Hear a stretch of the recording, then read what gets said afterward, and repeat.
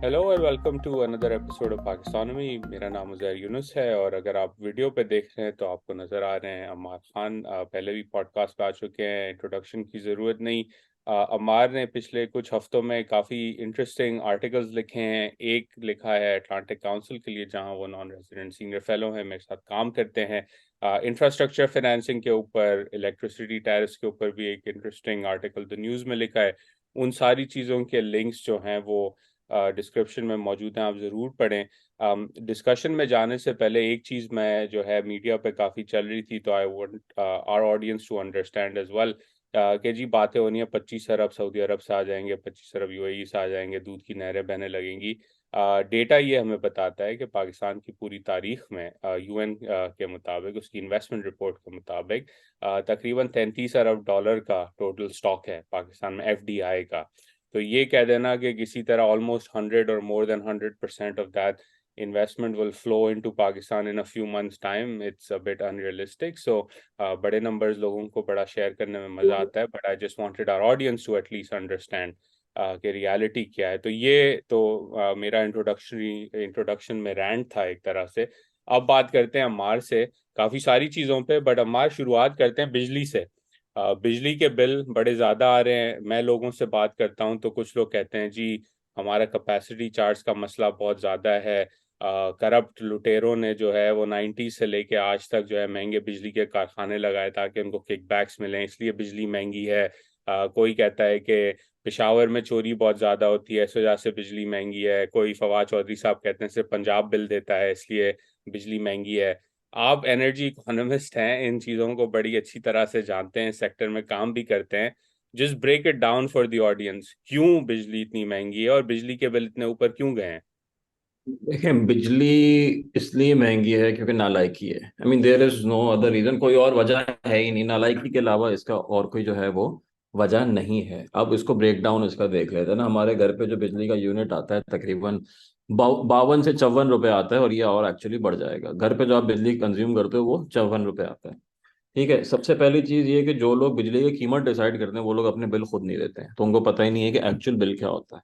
क्योंकि multiple layers हैं बिजली की कीमत के भी। जो 54 रुपए है, 54 रुपए तकरीबन उसका 10 से 12% जो है वो सिर्फ एनर्जी कॉस्ट है। यानी कि आप ईंधन जला रहे हो, कोल जला रहे हो, हाइडल से बना रहे हो, न्यूक्लियर से बना रहे हो, वो एक एनर्जी कॉस्ट है। फिर तकरीबन को 20 से 22% जो है वो जो है उसको आप जैसे कैपेसिटी चार्ज कहते हो वो है। कैपेसिटी चार्ज और ईंधन की एनर्जी कॉस्ट को दोनों को मिला के मैक्सिमम भी जो बन जाता है ना वो 21 से 22 रुपए पर यूनिट बनता है। हम घर पे कितने की बिजली आ रही है? 54 रुपए की आ रही है। हमारे पास जनरेशन कितने की हो रही है? कैपेसिटी चार्ज मिला के तकरीबन वो 20 से 22 रुपए की हो रही है। तो ये 22 से लेके 54 रुपए का जो सफर है, ये नालायकी है और कुछ भी नहीं है। ठीक है। जब इलेक्ट्रिसिटी, जब पावर बनती है, जब बिजली बनती है, तो वो ट्रांसमिट होती है पावर प्लांट से। आपके घर तक आते आते बहुत सारी बिजली ज़ाया हो जाती है। अगर कोई प्लांट 100 यूनिट निकाल रहा है तो घर तक पहुंचते पहुंचते 80 बचते हैं। तो वो जो 20 की जो इनएफिशिएंसी है उसकी पेमेंट आपको करनी होती है। ठीक है, फिर उसके बाद आप, हुकूमत ये कहती है कि वो तो वैसे ही फिजिकल डेफिसिट का खसारे का मसला रहता है उनके पास। एक्सपेंसेस ज़्यादा है, रेवेन्यू कम है, टैक्स बढ़ाना है, किस तरह बढ़ाएं? वो कहते हैं कि यार बिजली तो सब कंज्यूम करते हैं, ऐसा करो बिजली पे टैक्स लगा दो। ठीक है, थोड़ा सा रोएंगे, रोना धोना करेंगे, फिर वो कर देंगे। ज्यादा कुछ होगा तो हम बोल देंगे जी आईएमएफ की वजह से। कुछ भी हो ना, यहाँ मसला ये नालायकी अब खुद करो, फिर आप बोल दो कि यार आईएमएफ ने बोला था, हम क्या करें। ठीक है, अपनी नालायकियों का बोलते हैं कि जी आईएमएफ ने बोला था, मतलब ये इस किस्म का नालायक बच्चा है ये। ठीक है, तो ये आप बोलते हैं कि जी ये तो आईएमएफ ने बोला, तो भाई आईएमएफ ने नहीं बोला, आईएमएफ सिंपली ये बोल रहा है अपने टैक्सेस बढ़ाओ। ठीक है, और खर्चे कम करो। टैक्सेस आप किस तरह बढ़ाते हो? आप अमीरों को टैक्स करो, आप उन एरियाज को टैक्स करो जो कि टैक्स नेट में नहीं है। आप क्या करते हो? जो बेचारा सबसे गरीब आदमी है बिजली देने वाला, उस पर टैक्स लगा देते हो। इससे होती है रिग्रेसिव टैक्सेशन, यानी कि जो सबसे गरीब हाउस होल्ड हैं उनकी कॉस्ट जो है वो सबसे ज्यादा होती है, क्योंकि उनकी इनकम कम होती है, आमदन कम होती है। उस हिसाब से as a percentage of their household income ये कॉस्ट ज्यादा होती है। तो ये हुकूमत की सिर्फ नाअहली और नालायकी है जिसकी वजह से ये सब होता है। जो आपने बात कही कि जी सरमायाकार होते हैं, बहुत सरमायाकार हैं जिन्होंने आईपीपी लगाए हुए हैं, ये कर दिए वो कर दिए। कैपेसिटी चार्जेस का अगर आप ब्रेकडाउन देखें, तकरीबन 70% जो कैपेसिटी चार्जेस हैं वो दो एरियाज में जा रहे हैं। वो न्यूक्लियर पावर प्लांट्स हैं और हाइडल पावर प्लांट्स हैं। इन सब में जो सरमायाकार है वो हुकूमत खुद है। हुकूमत एक जगह से लेके दूसरी जेब में पैसे डाल रही है। मतलब सरमायाकार नहीं है, ये एक बेकार बात है जो कि लोग करते हैं to distract from the real conversation. ठीक है, अगर आप देखें तो सबसे ज्यादा न्यूक्लियर की है वो, की विच इज वेरी गुड, क्योंकि न्यूक्लियर होना चाहिए, वी नीड बेस लोड, हमें और न्यूक्लियर चाहिए, तो कहते हैं सारे न्यूक्लियर होना चाहिए। न्यूक्लियर की, हाइडल की, again very good, there is nothing wrong with it, मगर कैपेसिटी चार्ज को ना हमने एक, जिसे कहते हैं ना, उसको एक विलन बना दिया। ठीक है, जिस तरह करप्शन एक विलन है ना, आप जस्टिफाई नहीं कर सकते हो करप्शन है क्या चीज, उसको डिफाइन नहीं कर सकते, इसी तरह कैपेसिटी चार्ज भी एक विलन बना दिए। जो हर, मैं वो एक जानवर है उसका नाम लेना चाह रहा था मगर नहीं लूंगा, उस जानवर की कोई गलती नहीं है कि जो है लोग ऐसे हैं।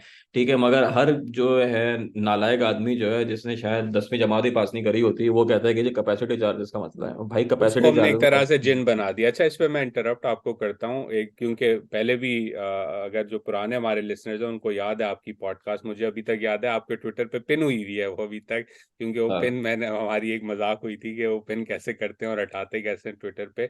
You explained it in that podcast, but of course काफी सारे लोगों को नहीं मालूम अभी भी। समझा दे जरा क्विकली, कैपेसिटी चार्ज होता क्यों है, और क्या ये यूनिक सी चीज है जो सिर्फ पाकिस्तान में होती है, या क्या दुनिया भर के कारखानों में कैलिफोर्निया से लेके बांग्लादेश तक क्या ये चीज इस्तेमाल होती है, और क्यों होती है, व्हाई इज दिस नेसेसरी? सबसे पहले मैं बताऊं पाकिस्तान का बिजली का जो सिस्टम है वो चलता कैसे रहा है। पाकिस्तान में बिजली का जो है फंडामेंटली सिर्फ एक बायर है। ठीक है, ऐसे तो हम समझते हैं, हम सब बिजली खरीदते हैं, मगर खरीदने वाला बिजली पाकिस्तान में एक ही है, वो है हुकूमत पाकिस्तान। जितने ही पावर प्लांट होते हैं, हुकूमत पाकिस्तान उनसे बिजली लेती है। ठीक है, लाइक अ बिग ब्रदर, एक बड़े भाई की तरह। ठीक है, और फिर वो हुकूमत पाकिस्तान कहती है कि जी मैं सबको बिजली अब दूंगी। ठीक है, आप बोलते हैं बहुत अच्छी बात है, इतना अच्छा वो है। बट उसमें मसला ये होता है, जब आप एक बायर होता है, ठीक है, तो उसमें कंपटीशन नहीं होता, उसमें आप मार्केट क्रिएट नहीं कर सकते। मार्केट में आपको बहुत सारे सेलर, बहुत सारे बायर चाहिए होते हैं। जब आप इस तरह करते हो तो आप ये कहते हो कि यार बिजली की प्राइस जो है, मैं एक मैकेनिज्म होता है कॉस्ट प्लस मैकेनिज्म, उससे करूंगा कि तुम्हारी जो भी कॉस्ट है वो तो है, उसके ऊपर मैं तुम्हें थोड़ा सा रिटर्न भी दे दूंगा, थोड़ी और चीजें भी दे दूंगा। उससे क्या होता है, जो पावर प्रोड्यूसर होता है उसके पास कोई इंसेंटिव नहीं होता, उसके पास कोई, जिसे कहते हैं ना, मोटिवेशन नहीं होती कि अपनी कॉस्ट को कम करे। कहते हैं जो भी मैं कॉस्ट बनाऊंगा उससे मैं हुकूमत को भेज दूंगा, एक ही बार है, उसको खरीदना ही पड़ेगा। या वो नहीं भी खरीदेगा तो मुझे थोड़ा जो मेरे रिटर्न के पैसे हैं वो दे देगा। तो फंडामेंटल जो प्रॉब्लम है ना वो ये है। अब आप बोलेंगे कि जी कंपेरेटिव मार्केट होनी चाहिए, एकदम से लोग आ जाएंगे बोलेंगे ऐसे तो हो ही नहीं सकता, कैसे होगा, ये होगा। दुनिया जहाँ में कंपेरेटिव मार्केट चलती है, द मोमेंट जैसे कि पाकिस्तान में कंपेरेटिव मार्केट होनी चाहिए, बड़े बड़े आ जाएंगे जो बहुत मुश्किल काम है। वो भाई 250 मिलियन बंदे का मुल्क है, मुश्किल काम ही होना है, यहाँ पे आसान काम थोड़ी होना। आसान काम करना है तो चले जाओ, मतलब कनाडा वनाडा चले जाओ, वहां की दुकान पे काम कर लेना, इस टाइप की चीज कर लेना, चीजें आसान हो जाएंगी। ठीक है, but when you have to, you know, आप पॉलिसी मेकर हो, 250 मिलियन की आबादी, उसके पॉलिसी मेकर हो, तो मुश्किल काम तो करने हैं। मुझे ये समझ नहीं आता, जितने लोगों से बात करो कि जी ये तो हो ही नहीं सकता, तो बहुत मुश्किल है। अबे तो भाई है क्यों यहाँ पे, चला जाओ ना यार, फिर मतलब कोई आसान काम कर लो जाके, कोई मतलब कुछ कर लो, मतलब प्लॉट प्लॉट खरीदो फरोख्त कर लो। Then you don't have to be a policy maker, अगर हर चीज मुश्किल लग रही है आपको। ठीक है, एक तो चीज ये होगी, सबसे पहले हमें मूव करना है from a single buyer model to a multi buyer model. ठीक है, और मल्टी इसका मैं बायर। एग्जांपल, क्योंकि हमारी ऑफलाइन जो बात हुई थी उस पर आपने बड़ा अच्छा एग्जांपल भी दिया था, आई थिंक किसी टीवी शो पे भी दिया था, कि थर पे जो बिजली बनती है, वो ऐसा नहीं हो सकता कि थर में कोई इंडस्ट्रियल यूनिट लगाए पड़ोस में उसके, वो उसे डायरेक्ट खरीद ले कि भाई इतनी सस्ती बिजली है, मैं यहाँ इंटेंसिव काम करूंगा, बिजली का मैं आपको कारखाना बात लगाऊंगा। बताऊं, नालायकी का ये लेवल है, और ये नालायकी का लेवल जो है फेडरल लेवल पर है, इस्लामाबाद लेवल पर है, बिकॉज हुकूमत एज सेड ब्रदर। थर पे बिजली जनरेट होती है, उसकी कॉस्ट है 3 से 3.5 रुपए पर यूनिट। घर पे आपको मिलती है 54 रुपए। थर के बराबर में जो शहर है मिट्टी, उसको भी वो 3.5 रुपए की बिजली नहीं मिलती। भाई क्यों नहीं मिलती, जब वो बराबर से बिजली बन रही है तो वो उसको 3.5 रुपए क्यों नहीं मिल सकते? या लाड़काना में या मीरपुर खास में जो इसके बराबर वाले एरिया हैं, उनको कम सस्ती बिजली क्यों नहीं मिल सकती? क्यों वो पहले बिजली इस्लामाबाद में कोई खरीदेगा, फिर उसके बाद जाके वो सबको डिस्ट्रीब्यूट करेगा, और सब उसकी इनएफिशिएंसी कॉस्ट बेयर करेंगे? ऐसा क्यों होता है? ऐसा नहीं होना चाहिए। सब छोड़ दें आप, एक पावर प्लांट लगा हुआ है थर के, आप इस एरिया में जाएं, तकरीबन तो 3,000 2,500 मेगावाट के पावर प्लांट लगे हुए हैं। ठीक है, जो बराबर में माइंस हैं जो कि कोयला निकालती हैं, उनको भी बिजली चाहिए होती है, मगर वो माइंस उन पावर प्लांट से बिजली नहीं ले सकती, बिकॉज लॉ अलाउ नहीं करता। लॉ कहता है कि जी एक ही बार हो सकता है। तो वो माइंस क्या करती हैं, वो डीजल इंपोर्ट करती हैं दुबई से या सऊदी अरब से। डीजल आता है, पोर्ट पे उतरता है, वो डीजल आके हमारी मशीनों में जाता है माइंस की, और माइंस की मशीनें चलती हैं, जबकि बिल्कुल बराबर में जो बिजली जनरेट हो रही है। अब इस किस्म की जहालत, for lack of a better word, ठीक है, इस किस्म की इनएफिशिएंसी एग्जिस्ट करती है, तो ऑब्वियसली बिजली की कॉस्ट महंगी होगी। जब आपके बराबर में बिजली बन रही है, आप उसको इस्तेमाल नहीं करते, आप ये कहते हो कि यार ये पहले बिजली हुकूमत लेगी, हुकूमत फिर जो है हेस्को हैदराबाद सप्लाई कॉर्पोरेशन को भेजेगी, वो आगे डिस्ट्रीब्यूट करेगी। तो यार इतनी चंबट्टा आपने कॉम्प्लिकेट चीज को कर दिया है, तो ऑब्वियसली उसमें इनएफिशिएंसी आनी है। तो हमेशा मैं कहता हूँ we do not have a resource problem, हमारे पास कैपिटल की पैसों का मसला नहीं है, वो एक अलग इशू है। प्रॉब्लम इज लैक ऑफ, जिसे कहते हैं ना, थिंकिंग एंड एग्जीक्यूशन। वो देंगे जी तो बहुत मुश्किल काम है, इसमें तो ये कॉन्ट्रैक्ट खोलना पड़ेगा, कहना भाई तेरा नौकरी यही है यार, अगर ये नौकरी नहीं करनी तो क्या फायदा, वापस चले जाओ, फिर वही वाली बात, जमीन की खरीदो फरोख्त कर लो, ज्यादा पैसे बना लोगे। मतलब चले, तो अगर मुश्किल काम नहीं करना तो। ये तो हो गया कंपैरेटिव मार्केट जरूरी है, समझ आ गई लोगों को। आई थिंक थर के एग्जांपल से भी बात समझ आ जाएगी कि पड़ोस में बिजली बन रही है और 54 रुपए की आप कहीं और से ऐसा खरीद ही रहे हो या डीजल चला रहे हो। उसके आगे अब आगे क्या मैकेनिज्म है, कैपेसिटी चार्ज कहाँ आता है इसमें? कैपेसिटी चार्ज की बात करते हैं उधर, बहुत सीधी सी बात है, आप घर बनाते हो, ठीक है, कराची में आपने जमीन ली, कहीं पे जमीन में पे लेके आपने घर बनाना है। उस पे घर बनाने के लिए दो तरीके होते हैं घर बनाने के। या तो आपके पास इतने पैसे हो, लेट्स से कि 3 करोड़ रुपए की कंस्ट्रक्शन कॉस्ट है, आप बोलते हैं वो 3 करोड़ रुपए तो नहीं है, मेरे पास 1 करोड़ रुपया है। आप जाते हो बैंक के पास, बैंक से लोन लेते हो, ठीक है, 2 करोड़ आप बैंक से लोन लेते हो, आपके पास 3 करोड़ रुपए आते हैं, आप घर बना लेते हो।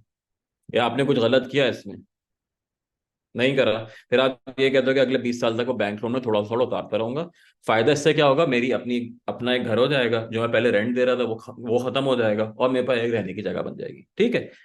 जो कैपेसिटी चार्ज है वो एसेंशियली यही है, अगर कोई आपने पावर प्लांट लगाना है, उसके लिए किसी ना किसी ने पैसे डालने हैं, चाहे वो आप पैसे डाल रहे हैं या आप लोन लेके पैसे डालें, कोई इन्वेस्टर पैसे डाले। अगर कोई इन्वेस्टर ही पैसे डाल रहा है तो वो इसलिए डालेगा यार मेरा इस पे रिटर्न क्या है, फ्री में कोई क्यों डालेगा। मैं कह रहा हूँ ना, जितने भी ज्यादातर जो पावर प्लांट है एक्चुअली वो तो हुकूमत पाकिस्तान खुद उनको ओन करती है। तो हुकूमत पाकिस्तान इतना सरमायाकार है, इस वेल हुकूमत पाकिस्तान बायर भी है और हुकूमत पाकिस्तान सेलर भी है। मतलब सारे काम हुकूमत पाकिस्तान कर रही है और इसीलिए कुछ भी नहीं कर पा रही। तो कैपेसिटी चार्ज जो है, कैपेसिटी चार्ज के चार मेजर कंपोनेंट होते हैं। एक होता है लोन का कंपोनेंट, कि जो आप लोन लेते हो, आप ये कहते हो मैंने लोन लिया है, मैं जितनी बिजली जनरेट करूंगा उसमें इसकी कॉस्ट को स्प्रेड कर दूंगा, बिल्कुल ठीक है। क्योंकि हर इंफ्रास्ट्रक्चर प्रोजेक्ट में एक इक्विटी कंपोनेंट होता है और एक डेट कंपोनेंट और होता एक लोन का कंपोनेंट होता है। अब हाईवे होता है, अब हाईवे चलाते हो, ठीक है, अब मैं इसकी एग्जांपल दूं, हाईवे जो बनते हैं, मोटरवे बनते हैं, उसका भी एक कैपेसिटी कॉस्ट होती है, क्योंकि उसमें भी लोन लिया है तो उसमें भी होता है। अब आप ये बोलो कि जो मोटरवे पे गाड़ी चल रही है, टोल जो है कराची से, लाहौर से इस्लामाबाद के आजकल 900 रुपये है, अगर मैं एक्चुअल कॉस्ट उसकी लूँ तो वो तकरीबन कोई 10,000 रुपये का टोल हो जाएगा। क्या कोई उसको इस्तेमाल करेगा? नहीं करेगा। यही प्रॉब्लम है बिजली में भी। हुकूमत पाकिस्तान ने खुद डिसीजन लिए सारे, प्राइवेट डिसीजन कोई भी नहीं है इसमें, सारे पब्लिक डिसीजन है। हुकूमत पाकिस्तान खुद डिसीजन, हुकूमत पाकिस्तान ने बोला हम इतना कर्जा ले लेंगे, और हुकूमत पाकिस्तान ने बोला इस कर्जे को जो है अदा करने वाली जो होगी वो पब्लिक होगी बिजली के थ्रू। Is this justified? ये तो मेरा सिंपल सा ये सवाल होता है। हुकूमत पाकिस्तान ने लोगों के लिए ऊपर कर्जा डाला, अब उनसे बोल रहे कि आप ये अगर कर्जा उतारो, अगर कर्जा नहीं उतार सकते तो बिजली के बिल आपके बढ़ते रहेंगे। तो यही है इसका। फिर मैंने आपको जो आई थिंक मैंने आपने डिस्कस भी करा है, मैंने पिछले हफ्ते आर्टिकल भी लिखा, तो यही है कि जिनका जितना डेट है वो हुकूमत लेवल में मूव कर देना चाहिए, उसको मोनेटाइज करें और हुकूमत ये डेट खुद उतारे, ताकि बिजली की अफोर्डेबिलिटी बढ़े। अभी प्रॉब्लम ये हुई है कि पिछले 5 साल में हमारी जो per capita house hold consumption है बिजली की, वो चेंज नहीं हुई है। किसी भी इकोनॉमी को ग्रो करने के लिए जो सबसे पहले उसको चीज चाहिए थी वो एनर्जी या बिजली चाहिए होती है। कोई भी कारखाना लगता है, छोटा कारखाना लगता है, कोई भी सर्विस का काम होता है, कुछ भी होता है, सबसे पहले जो चीज होता है वो बिजली इस्तेमाल करता है, चाहे वो कोई भी छोटे से छोटा काम कर रहा हो। अगर पर कैपिटा कंजम्पशन ही चेंज नहीं हुई पिछले 5 साल में, इसका मतलब है आप ग्रो कर ही नहीं रहे हो, चाहे इनफॉर्मल मार्केट हो फॉर्मल मार्केट हो, आप ग्रो ही नहीं कर रहे हो। ये इससे ज्यादा बड़ा अलमिया तो कोई हो ही नहीं सकता कि आपकी पॉपुलेशन ग्रो कर रही है मगर आप खुद ग्रो नहीं कर रहे हो। ग्रो क्यों नहीं कर रहे? क्योंकि बिजली महंगी इतनी है कि कुछ अब बारे में ही नहीं करने को, आप इसमें कोई इंडस्ट्री नहीं लगा सकते। 54 रुपए के बजाय जो एक्चुअल कॉस्ट है बिजली की 20-22 रुपए, उस पे आप ट्रांसमिशन और डिस्ट्रीब्यूशन 7-8 रुपए और लगा लो, 30 रुपए की आपको बिजली अगर मिले, 30 रुपए की बिजली मिल सकती है। आई स्टिल से कि 30 रुपए की बिजली मिल सकती है, अगर जो लोग बैठे हुए थोड़ी सी अपनी अकल इस्तेमाल कर लें और टैक्सेस एक्चुअली एक्सपैंड करें, बजाय इसके कि लोगों से निकलवाएं, जो आम आवाम से निकल है। 30 रुपए की बिजली पे आपकी सारी इंडस्ट्रीज बारे में आ जाती है, कंजम्पशन आपकी सारी इंक्रीज हो जाती है, सडनली जो भी आपका डिमांड का मसला है, सप्लाई का मसला है, वो भी रिजॉल्व हो जाता है। मगर again you need some thought over this, ये कुछ कम काम करने के लिए अगर यही बोलने की जो मुश्किल काम है ये तो हो ही नहीं सकता, फिर तो कुछ भी नहीं हो सकता। इस पे आखिरी सवाल Ammar, before we move to the dollar side and other things I want to talk to you about. कल मैं शो देख रहा था, शब्बर जैदी साहब खान शाजिब खानजादा के शो पे थे, तो ये बिजली सस्ती करने वाली बात आई। तो उनका कहना था कि लोग ये फिर बात नहीं करते कि बिजली आप सस्ती करेंगे उसकी डिमांड बढ़ जाएगी, तो इम्पोर्टेड फ्यूल की डिमांड बढ़ जाएगी और आपका करंट अकाउंट डेफिसिट के आपके पास पैसे ही नहीं है तो आप कैसे पे करोगे उनके। तो what's your thought on that, क्योंकि ये भी एक बड़ी उन्होंने प्राइम टाइम पे बात की कि जी उससे मसला हल नहीं होगा, मसला बिगड़ जाएगा क्योंकि हमारे पास डॉलर ही नहीं है अदा करने के लिए। How do you see that? देखें, ये तो एक जेन्युइन रीजन है, मगर अगेन इस चीज को भी जो है ना, कुछ सर्टेन एरियाज ने इसको बहुत उसको वो डिस्ट्रैक्ट करने के लिए कॉन्वर्जेशन को आगे वो कर दिया। भाई बिजली अगर अफोर्डेबल नहीं होगी तो आप एक्सपोर्ट भी नहीं कर सकते। ठीक है, मैंने जैसे बोला इकोनॉमिक ग्रोथ होगी तो आपके पास डॉलर आएंगे जिनसे आप पे कर सकोगे। अगर आप सब रोक दोगे, मतलब बहुत आसान तरीका डॉलर आपको बचाना है, इकोनॉमी बंद कर दो, 4 दिन के लिए डॉलर बच जाएंगे। But is this a way forward? ये वही ये दिस इज अगेन वेरी, जैसे कहते हैं ना वो defeatist बात है कि जी हमारे डॉलर ही नहीं, हम तो कुछ कर ही नहीं सकते। है हमारी वो बेसिकली जैसे कहते हैं ना कि इंडिजिनस बिजली जो है वो बहुत पैदा होने लगी। ठीक है, इम्पोर्टेड का कंपोनेंट काफी कम हो गया है। पहले उसको तो आप मैक्स आउट करो, हम तो अभी उसी को मैक्स आउट नहीं कर रहे हैं।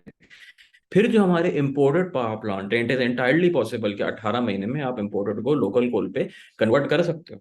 ठीक है, अगर उस चीज की विल मौजूद हो, अगर कोई वो चीज करना चाहे, आहिस्ता आहिस्ता करके सारी चीजें हो सकती है। कैप्टिव गैस जो है मुख्तलिफ इंडस्ट्रीज को मिल रही है, उसको आप रिएलोकेट कर सकते हो गैस की तरह। वंस अगेन ये उज़ैर में सारी बातें वो कर रहा हूँ जिसमें कोई बहुत ज्यादा कैपिटल रिक्वायर्ड नहीं, बहुत ज्यादा इन्वेस्टमेंट रिक्वायर्ड नहीं है, सिर्फ ये पॉलिसी डिसीजन। और ये आपको भी पता है, अगर एक दफा बिजली इस्तेमाल होना शुरू, इकोनॉमिक ग्रोथ होगी तो ऑटोमेटिकली एक्सपोर्ट्स इंक्रीज होना शुरू हो जाएंगे क्योंकि it will pay for itself. मगर अगर आप यही बोल के बैठ जाओ कि हमारे पास डॉलर ही नहीं है, हम बिजली नहीं बना सकते, तो आप सब बंद कर दो, 12 12 घंटे के लोड शेडिंग करो, शुरू कर दो, डॉलर बचा लो। या तो आप मुल्क चला लो या मुल्क बंद कर दो। मतलब ये कॉर्पोरेट उसमें हम कहते हैं जी बैंक्रप्सी फाइल कर दो, हम कुछ नहीं कर सकते, बंद कर दो। ठीक है, आप बोलते हो your CFO of CEO of let's say distressed asset, आप बोलते हैं मैं तो कुछ चला ही नहीं सकता, मैं क्या करूं, पैसे ही नहीं है, ऐसा करता हूं, बंद कर देता हूं उसको मैं। आपने शटर डाउन करके बंद कर दिया। 250 मिलियन का मुल्क है, उसमें लोग इसी किस्म की बातें करते हैं हमारे पास यही नहीं है करने को। भाई नहीं है तो वो रिसोर्स अरेंज करो, उसको मैनेज करो, पॉलिसी चेंजेस लेकर आओ, ये चीज हो जाएगी। But the will to do that is not there. मैं जितने भी मैंने और आप इतने लोगों से बात करते हैं, मैं नाम नहीं लूंगा यहाँ पे, दे ऑल वेस्टेड इंटरेस्ट। ठीक है, वो बोलेंगे कि जी ये नहीं होता, फलाने का दिमाग नहीं होना चाहिए, उन सबका सबसे बड़ा बिजनेस उन्हीं का होगा उसी में। दे ऑल वेस्टेड इंटरेस्ट, जब तक आपके वेस्टेड इंटरेस्ट होगा आप ये काम कर ही नहीं सकते। चलें पावर सेक्टर से अब आगे बढ़ते हैं। एक और कॉन्वर्जेशन जो बड़ी चल रही है वो डॉलर के ऊपर है। डॉलर की स्मगलिंग, ओपन मार्केट रेट, हुंडी हवाला रेट, इंटरबैंक रेट, ये वो। हमने देखा कि आर्मी चीफ तक जो है अब उसका नोटिस लिया और उसके बाद जो गैप था उस पर हमने भी पहले भी बात की थी जब आईएमएफ की एसबीए में लिखा गया था कि उसका गैप 1% होगा, that it will front run, और वही हुआ, वो प्रिडिक्शन बिल्कुल ठीक आई। अब क्रैकडाउन एक तरह से हुआ है। How do you see this crackdown और what are the fundamental drivers of the weakness of the rupee? पहले तो ये समझा दें फिर स्मगलिंग की तरफ आते हैं। उधर जिस वक्त आईएमएफ का एसबी आया था, you and I had a conversation, मैंने उसमें लिखा भी था कि this will lead to a disaster. और एग्जैक्टली यही हुआ। मतलब मुझे भी समझ नहीं आता आईएमएफ ने इस टाइप की हरकत करी क्यों, इस टाइप की चीज डाली क्यों, पता नहीं किसी फर्स्ट एनालिस्ट होगा उसने बोल दिया होगा ये डाल देते हैं इसमें अच्छा हो जाएगा। व्हेन यू नो कि जब भी आप किसी चीज का कैप लगाने की कोशिश करते हो it will and up in a disaster. मतलब ये तो मेरे आज हजारों साल की तारीख मौजूद है, गवाह है इस चीज की, जब भी आपने किसी चीज पे कैप लगाया है वो चीज खत्म होती है। आईएमएफ ने कोशिश करी, ओपन मार्केट इंटर मार्केट के कॉरिडोर बनाए, कैप लगाए, ended up in a disaster. ठीक है, 286 से कोई 320 325 तक चला गया। ठीक है, डॉलर का तो मैं ये बोलता हूँ ये बेकार बात है कि जी स्मगलिंग है, बिल्कुल है। When there is demand there is supply, और जहां डिमांड और सप्लाई मैच करेगी वो प्राइस होगी। अगर आप मुझसे पूछते हैं कि यार Ammar what is the fair price of dollar right now, मैं ये बोलूंगा the fair price of dollar है जिसमें आपको $10,000 या $1,00,000 पे डॉलर मिल जाए, that is a fair price. ठीक है, ऑन डिमांड पे मिल जाए। ऑन डिमांड मिल जाए। मैं भी बोलूँ कि यार मुझे $1,00,000 चाहिए, जिस प्राइस पे, मतलब मैं तो नहीं ले सकता, मगर जिस प्राइस पे वो मेरे घर पे आके दे देगा या मेरे अकाउंट में डाल देगा या कहीं पे भी कर देगा, that will be the fair price. ये नहीं कि स्टेट बैंक बोलेगा अच्छा से $5,000 ले लो, that is not a fair price. Again उस पर आप कैप लगा रहे हो, तो जब तक आप कैप लगाते रहोगे ना चीजों पे, डिस्टॉर्शन होगी, एलोकेशन सही नहीं हो पाएगी। और ये कम वक्त हमारा हाल ये कि 60 रुपए से लेके $300 तक का डॉलर हो गया, मगर we have not learn a single lesson कि जब भी आप मार्केट को कंट्रोल करने की कोशिश करोगे it's going to shoot like this. और अभी भी यही हुआ है। 325 330 जितना भी था वहां पे 302 पे आ गए, सब अपने आप को जो है वो तालियां बजा रहे हैं, बहुत अच्छा काम किया है, माशाल्लाह बहुत अच्छा काम किया। You will back to the same position in 6 months. This happens every 6 months now. Dollar shoot करता है, फिर वो नीचे आता है, तालियां बजाते हैं कि जबरदस्त काम करा, फिर से वो वापस चला जाता है. तो again zero people learn in the process. ऐसा क्यों होता है? कोई भी कमोडिटी होती है, चाहे वो डॉलर हो, सब्जी हो, आटा हो, कुछ भी हो, उसकी प्राइस जो है फंडामेंटली डिमांड और सप्लाई से आई बनती है. थिंक लास्ट टाइम आपने केले का एग्जांपल इस्तेमाल किया था, इस दफा आप केले नाराज की हो गए थे तरफ नहीं यार जा वो रहे केले हैं। पे. वो नाराज हो गए केले पे यार. केले पे पता नहीं एक बंदे ने 1000 वर्ड कैसे लिख दिया. सॉरी यार, अब नहीं बोलूंगा. ठीक है. तो वो बहरहाल, तो अगेन किसी भी प्राइस हो, वो डिमांड और सप्लाई जिस पॉइंट पे इंटरसेक्ट करेंगे, ठीक है, वो उसी से कीमत होती है. Willing buyers and willing sellers जिस प्राइस पे अग्री करते हैं वो मार्केट प्राइस है. That's it. डॉलर में भी यही हो रहा है. पाकिस्तान में डॉलर की अभी कमी है और वो रिजॉल्व नहीं हुई. क्यों नहीं हो रही? एक्सपोर्ट्स हमारी नहीं बढ़ी. एक्सपोर्ट्स फ्लैट लाइन है. ठीक है. बिजली की कीमत इतनी बढ़ गई है कि एक्सपोर्ट वायबल ही नहीं है. ठीक. रेमिटेंसेस हमारी आहिस्ता आहिस्ता कम हो रही हैं. रेमिटेंसेस कम क्यों हो रही हैं? क्योंकि कोई यहाँ पे सियाने लोग इतने हैं, वो कहते हैं कि जी हम इंटरबैंक के रेट को कंट्रोल करेंगे. जब इंटरबैंक के रेट को कंट्रोल करते हो, क्योंकि जैसे मैंने बोला डॉलर का रेट जो है डिमांड और सप्लाई पे होता है, ओपन मार्केट में वो चीज़ बढ़ जाती है. तो ओपन मार्केट में वो चीज़ बढ़ जाती है, तो फिर जो है, जो रेमिटेंस फॉर्मल चैनल के थ्रू आनी होती है, वो हवाला और हुंडी के थ्रू आती है. हवाला हुंडी के थ्रू आती है, क्योंकि यही है ना, अगर कोई आप हमारी कोई भी छोटी मोटी को रेमिटेंस आती है, ठीक है, वो मेरे ऑफिशियल रेट पे आके गिरती है 302 रुपये पे. ठीक है. मैंने कोई काम करा, कंसल्टेंसी करी, कुछ करा, 302 रुपये पे आके गिरती है. उस पर 1% जो है हुकूमत टैक्स भी काट लेती है कि यार तो मुझे भी तो चाहिए ना, तुम सारे क्यों रखो, चलो यार ठीक है टैक्स काट ले. 302 रुपये गिरी. वो ही पैसे अगर ओपन मार्केट में मुझे मिले, ठीक है, वो 320 325 रुपये के मिल रहे हैं मुझे. तो कोई भी विच इज अराउंड 8 to 10 8% रफली डेल्टा बन जाता है इसका. इन पाकिस्तान में इनफॉर्मल मार्केट और फॉर्मल मार्केट का प्रीमियम जो है नॉर्मली अच्छे हालात में 1-2% होता है. ठीक है. आजकल जो है 8 से 10% चल रहा है. तो कोई क्यों फॉर्मल मार्केट के थ्रू 302 रुपये पे पैसे भेजेगा जब आपको 320 रुपये ओपन मार्केट में इनफॉर्मली मिल सकते हैं? ये चीज है. जब आप डॉलर को कंट्रोल करना छोड़ दोगे, आप बोलोगे कि यार लोगों को अलाउ करोगे, आप पैसे लेकर आओ, जितने भी पैसे आएंगे उतने पे ही आप ले सकते हो, दोनों प्राइजेस इवेंचुअली कन्वर्ट कर जाएंगी. ठीक है. मगर ये अगर कोई समझा दे, जितने भी इदारे बैठे हैं, तो क्या बात है. एक सिंपल सी एग्जांपल दूं मैं आपको, जस्ट वन थिंग, जिससे ये काफी चीजें रिजॉल्व हो सकती है. हमारे यहाँ बड़ी बात होती है कि फ्रीलांसर बहुत पैसे कमाते हैं. ठीक है. जितने लोग ये बोलते हैं ना, उन्होंने कभी फ्रीलांसर काम भी नहीं करा होता. मजेदार चीज ये होती है, उनको जो है ना याहू का उनको ईमेल मालूम भी एड्रेस. नहीं होगा फाइवर फाइवर और नहीं नहीं, अपवर्क क्या उनको चीज़ उनको है, कभी पता नहीं ही नहीं मालूम होगा. होगा। उनका भी वही याहू का ईमेल एड्रेस चल रहा होता है, love you_2 टाइप के जो होते हैं ना, @yahoo.com, बचपन में बनाए होते हैं. ठीक है. वो उस टाइप का उनका ईमेल एड्रेस चल रहा होता है. ठीक है. अच्छा, उसमें होता क्या है कि let's say you are someone. ठीक है. आप एक ग्राफिक डिजाइनर हो, बहुत सारे हैं माशाल्लाह से डूइंग ग्रेट स्टफ. ठीक है. You make let's say $2000 a month. $2000 आप बनाते हो महीने के. $2000 कहीं और किसी और मुल्क में होते तो बहुत ज्यादा पैसे नहीं है, मगर यहाँ पे तकरीबन वो 6 लाख रुपए बन जाते हैं आज के हिसाब से. एक जो हाउस होल्ड का 6 लाख रुपए को बना रहा है, तो उसका हाउस होल्ड का खर्चा तकरीबन 3 साढ़े 3 लाख रुपए होगा. ठीक है. वो ये बंदा क्या करेगा, बोलेगा यार अगर मैं सारे $2000 वापस ले आऊंगा मुल्क में, ठीक है, स्टेट बैंक तो मुझे ₹1 नहीं रखने देगा. $2000 आएंगे, सबसे बुरा रेट मुझे बैंक मेरा देगा. 3 दिन मेरा पैसे भी रखेगा, 4 दिन के लिए जलील भी करेगा मुझे, और मेरे अकाउंट में वो 6 लाख रुपए देगा. अगर मैं सेम डे मैं चाहूँ कि यार मैं $2000 में जो वापस मिल जाए, तो मुझे रेट ₹320 का मिलेगा. ठीक है. तो जो काम करने वाला है उसको तो वैसे ही आपने स्क्वीज कर दिया. वो कहता है मेरे पास इंसेंटिव ही नहीं है, तो वो क्या करता है, जितनी जरूरत होती है वो कहता है कि यार मुझे सिर्फ इस महीने जो $1000 की जरूरत है, वो $1000 पाकिस्तान में लेकर आता है मजबूरन, और बाकी $1000 वो किसी ऑफशोर लोकेशन में भेज देता है. That can be Dubai, that can be Singapore, that can be any offshore location. It's super easy to open foreign accounts now. अगर स्टेट बैंक थोड़ी सी अकल पकड़ के सिर्फ यही काम कर दे कि ये जो लोग हैं, इंडिविजुअल्स हो गए, स्मॉल बिजनेस है, इनको अलाउ कर दे कि डॉलर अकाउंट अपने खुद मेंटेन कर लें, क्या रो $2000 मेरे डॉलर अकाउंट में आके गिरे. ठीक है. और मुझे जितने चाहिए मैं उसी को उससे निकाल लूँ, मार्केट से जाके चेंज करा लूँ या उसी बैंक से चेंज करा लूँ. ठीक है. That will solve half of our problems. Yeah no, I ठीक है. फुली तो एग्री. इनफैक्ट मैं एग्जांपल, मेरा खुद इतना एक्सपीरियंस रहा है कि एक दो फ्रीलांसर्स पाकिस्तान से हायर किए थे, वही कहते थे यार एक काम करो, मेरे मामू का बैंक ऑफ अमेरिका का अकाउंट ही है, तुम अमेरिका से जेल कर दो उनको, और मुझे जब मामू से पैसे चाहिए होंगे तो मैं मामू से ले लूंगा. तो मैंने कहा यार 3-4 हज़ार डॉलर का कॉन्ट्रैक्ट है, उस पे जो है मामू के अकाउंट में पैसे जा रहे हैं वो. तो बात आई ने, स्टेट ने स्ट्रक्चर ही ऐसा क्रिएट करा है कि लोग मजबूर हैं ये काम करने पे।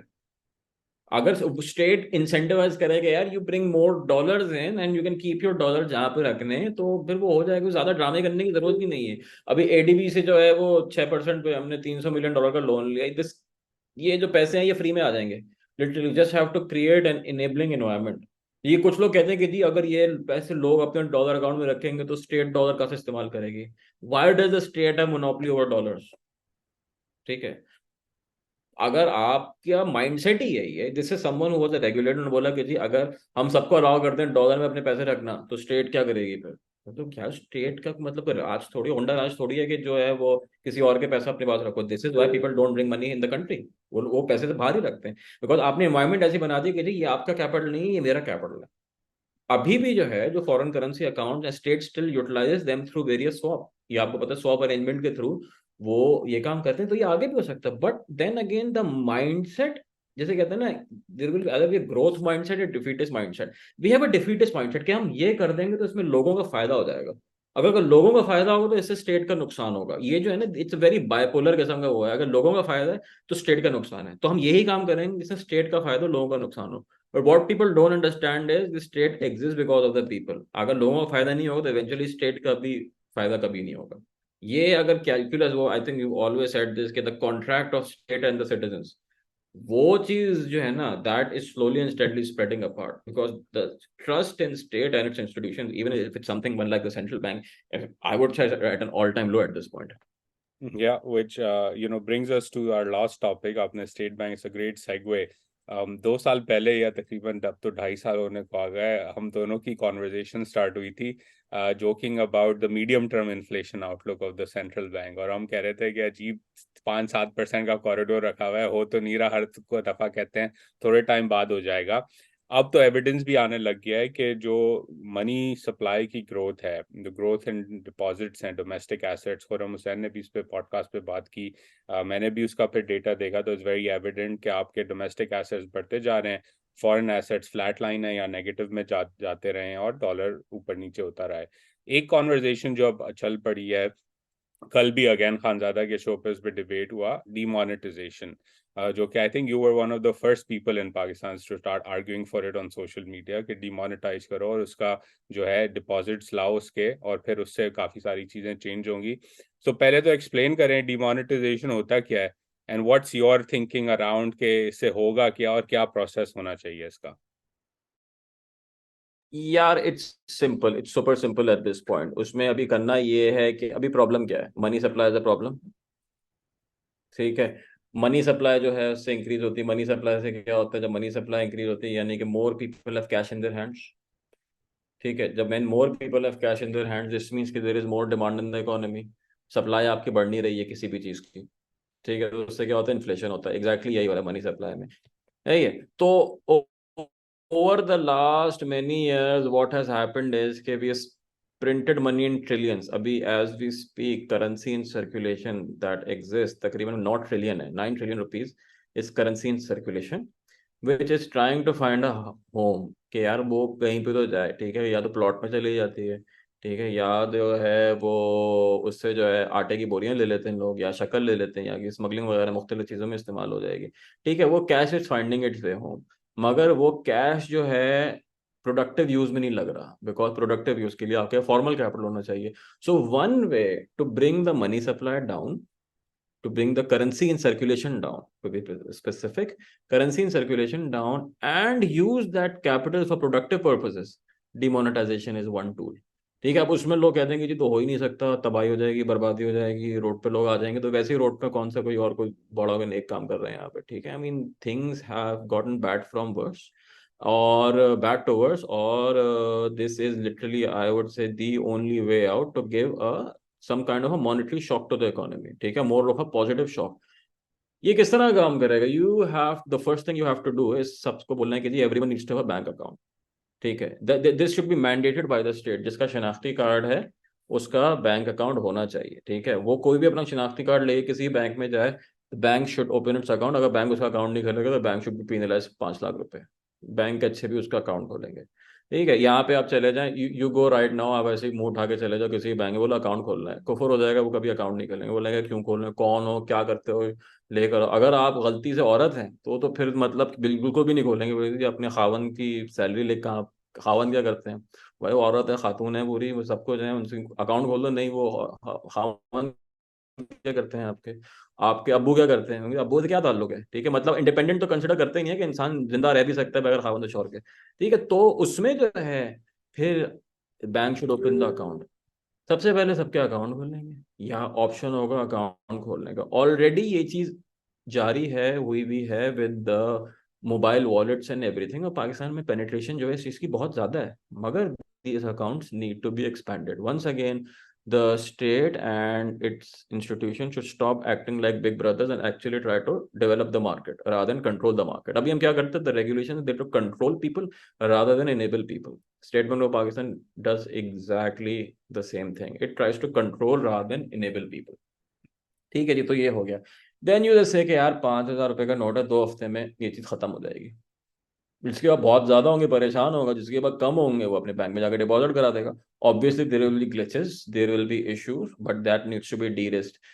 2016 में इंडिया की सब एग्जांपल देते हैं, but what people forget is 2016 से 2023 तक जो है टेक्नोलॉजी इंफ्रास्ट्रक्चर दुनिया भर में बहुत ज्यादा इवॉल्व हुआ है, स्पेशली अगर हम पाकिस्तानी कॉन्टेक्स्ट की बात करें। Pakistan has one of the largest unconditional cash transfer mechanisms in the world, ठीक है, यानी कि तकरीबन हर quarter 8 million households, 8 million households का मतलब है तकरीबन कोई 50 मिलियन बंदा, which is almost about 30% of the country's population, वो उसको जो है अनकंडीशनल कैश ट्रांसफर होता है एवरी क्वार्टर, और ये these are the most vulnerable household, तो in the system to enable financial inclusion for those household is already there, तो वो बिल्कुल बेकार बात है कि गरीब का क्या होगा, जो सबसे ज्यादा गरीबों की उनको फिक्र होती है जिनके पास सबसे ज्यादा नोट होते हैं, ठीक है, अगर वो फिगर अपनी फिगर कर लें तो I think that will always be better. अच्छा, तो हो क्या होगा, लेट्स अज्यूम कि ये हुआ, 2 हफ्ते हुए, 5,000 कुछ नोट वापस आ गए, आपने बोला कि 5,000 का नोट 2 हफ्ते बाद it will cease to be legal tender, कुछ नहीं है, जो वापस नहीं आएंगे वो दैट इज एसेंशियली डेट, जो कि कैंसिल हो जाएगा, हुकूमत का डेट लोड कम हो गया। ऐसे ही होता है ना, currency in circulation is essentially debt of the government, वो चीज कैंसिल आउट हो गई, जो वापस आ गए पैसे that can be reallocated towards more productive uses. Productive use से क्या मुराद है, कोई आप you need an industrial policy, you need an infrastructure policy कि यार what does the country need, दो चीजें मैं आपको बताता हूँ, industrial policy just needs to be export oriented कि यार how do you increase your exports, ये पैसा उस तरफ एलोकेट करें which can lead to increase in exports. Industrial policy Pakistan में कभी भी नहीं थी, we have like 5 year looser type के plans, but those are not industrial policies. Turf was an industrial policy tool which was completely botched by the government because industrial policy जो थी वो essentially banks चला रहे थे, government नहीं चला रही थी। बैंकों ने बोला जी सीमेंट वालों को दे दो, is cement a part of industrial policy, या ऑटो लोन मैन्युफैक्चरर्स को दे दो, is that should be a part of your industrial policy. तो the government needs to figure out कि यार what the industrial policy needs to look like, ताकि जो excess capital है that is redirected towards area which are export oriented, then you can reallocate the same capital towards infrastructure।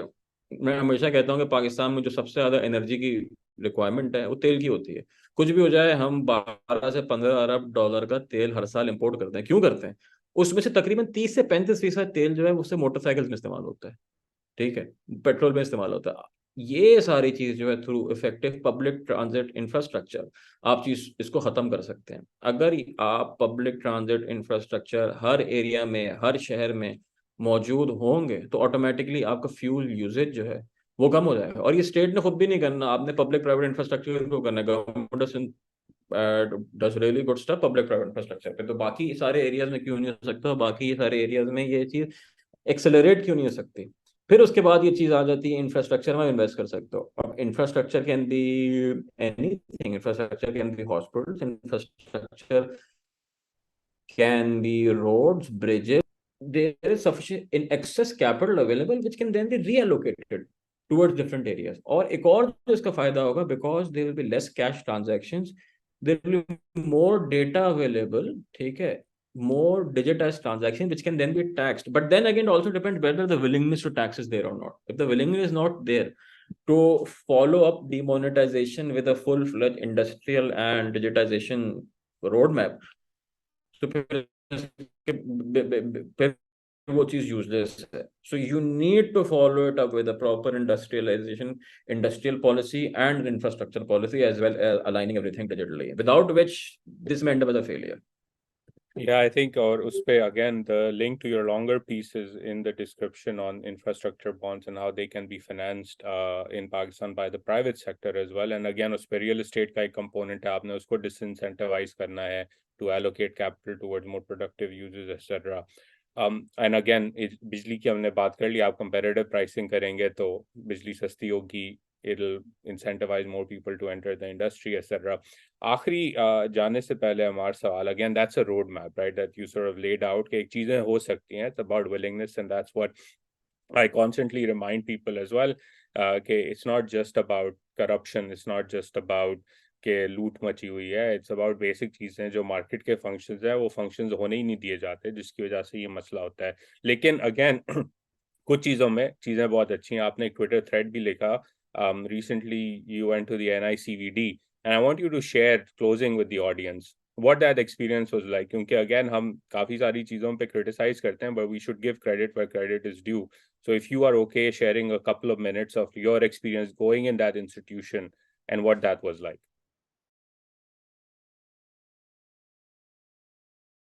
You're on mute. It was a great experience. I was surprised at how efficient it was. देखें again, emerging, we need to understand emerging market और developed market में क्या फर्क है. Emerging market में फर्क ये है कि यहाँ पे बेताशा बंदा है. You got millions of people and millions of people need health care. So you have two options. Either you can invest in flashy, swanky infrastructure. आप एक ही चले जाएं, VIP इंफ्रास्ट्रक्चर है, पिज्जा भी बड़ा अच्छा मिलता है वहाँ पे, croissant मिलते हैं, they're like very nice stuff that you can get there, ठीक है. बट अगर गरीब आदमी जाएगा तो उसकी ऐसी कम तैसी हो जाएगी, वो बेचारा जिंदगी भर जो है वो रुलता ही रहेगा. Meanwhile if you go to NICVD, हम लोग गए वहाँ पे, my father had some issue into the emergency and it took, was a very streamlined process. It took about 30 to 40 minutes and everything was sorted. ठीक है. The doctors were responsive, the medical staff was responsive, और उस वक्त कम से कम कोई 200-250 बंदा patient होगा. Again 25 million की आबादी ऑफिशियल है, अनऑफिशियली जो है वो तकरीबन कहते हैं 35 से 40 मिलियन है. ठीक है, बिकॉज बहुत सारे लोग ऐसे हैं जिनके पास CNIC नहीं है यहाँ पे, तो वो आप वहाँ पे जाए आपको इलाज मिलेगा. And the amazing thing was कि देयर नो डिस्क्रिमिनेशन. ठीक है, no one is being excluded. आप जाओगे, पर्ची बनाओगे, वो पर्ची बनाने वाला पर्ची बनाएगा, ये नहीं पूछेगा कि बाप का नाम क्या है, शनाख्ती कार्ड है या नहीं है, कहाँ पे रहते हो, गांव क्या है. आप कराची से बाहर जाओगे, आपसे लोग पूछे कौन सा गांव है, मतलब भाई मैं कराची नहीं, कि गांव कौन सा, तो भाई कराची में रहता हूँ, मेरा गांव नहीं है कोई. ठीक है, तो वहां पे ना एक गांव का बड़ा कॉन्सेप्ट होता है कि जी गांव कौन सा है. ठीक है, यहाँ पे कोई गांव नहीं, कोई नहीं पूछेगा कि आप किस गांव से आए हो, आप बोलेगा कि यार ये जो है ट्रीटमेंट चाहिए, ट्रीटमेंट आपको मिलेगा. You're a human, this is what matters eight this point, nothing else. ठीक है, तो आपसे शनाख्ती कार्ड नहीं पूछेगा. जब आप इंश्योरेंस की बात करते हैं, हेल्थ इंश्योरेंस की बात करते हैं, ये सारी चीजें होती हैं, they are now I think, अगर आप उनके बारे में सोचते हैं, ये बहुत एक्सक्लूजनरी होती हैं. ठीक है, क्योंकि अगर शनाख्ती कार्ड है तो आप एलिजिबल हो. ठीक है, अगर शनाख्ती कार्ड नहीं, आप एलिजिबल नहीं हो, suddenly you are, tremendous number of people are being missed from the equation here. तो मेरे हिसाब से अगर इमर्जिंग मार्केट में health services, state is that is just one thing which state should do. Health education वो सब करते हैं, बाकी let everything take care of it. और उसमें यही है यार कि again when you are unwell, ठीक है, दो टाइप की चीजें ना. इफ इट्स एन इमरजेंसी, आपको ट्रीटमेंट चाहिए, आपको फैंसी जो है ना, you don't need any swanky interior because it's a matter of life and death there. So this works. Who cares about aesthetics when you walk out of the place alive? ठीक है, मर के aesthetic का क्या करना. ठीक है, same thing if you go anywhere in a private hospital, you would be like ripped into shreds, the kind of bill you would get, and no one would even know what to do with it, because again जो NICVD में बड़े hospital में जो medical staff होते हैं, they are very trained, look at so many cases, they know what needs to be done. You go to some other big name hospital and you will basically be your wallet and maybe yourself might be both ripped into shreds at that point. So again, that just essentially renewed my faith in the service delivery, healthcare service delivery system in Sindh for that matter. और I just feel कि ये चीज हर जगह ये चीज replicate होनी चाहिए, because this literally is serving the people at its most elemental level. Thank you for sharing that, and I'm glad your father is doing okay. And again, I think the reason I asked for, just for context with the audience, for you to describe this is कि जहाँ willingness होती है, जहाँ competent लोग लगाए जाते हैं, वहाँ हमें NICVD जैसे institutions नजर आते हैं, वहाँ हमें BISP ISAS जैसे institutions नजर आते हैं, which again, there might be room for improvement. There's always room for improvement for everything, but we know that the state can function and the state can do things when competent people make decisions that are their job, and good things happen. So again, जो ये conversation थी, power sector, dollar smuggling, infrastructure का क्या करना है, demonetization, all of those things are known. It's just about implementation. और ये जो हमने एक तरह से boogie man बना दिए capacity payments के, करप्शन के, लूट मार के, हैं इश्यूज हो सकते हैं, बिल्कुल हैं, कोई डिनाई नहीं कर रहा, but the bigger issue is structural चीजें हम ठीक तरह से नहीं कर रहे. तो I hope for the audience से गॉट अ बेटर सेंस कि कुछ चीजें हैं, सॉल्वेबल हैं, मसाइल बड़े हैं, लेकिन जहाँ मसाइल बड़े भी हैं जैसे हेल्थ केयर में है, वहाँ भी अच्छी चीजें होती हैं अगर विलिंगनेस हो. So thank you Ammar for taking out the time and joining us once again on the podcast, and keep up the great work. And for the audience, again, the articles he's written are in the description, so please do check them out. Khuda Hafiz.